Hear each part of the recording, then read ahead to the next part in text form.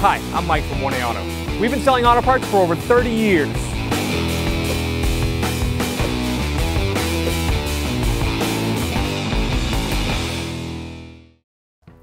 If your battery's died and you can't shift the shifter out of gear, or you need to move it, like in our case our battery's dead and it won't shift out of gear, there's a little cover right here.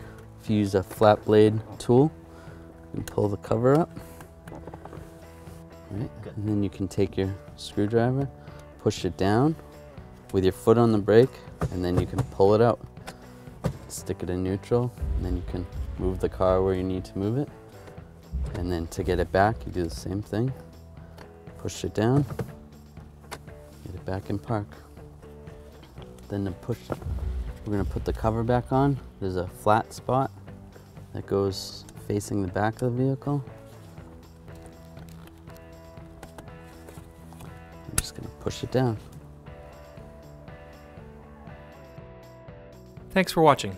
Visit us at 1AAuto.com for quality auto parts, fast and free shipping, and the best customer service in the industry.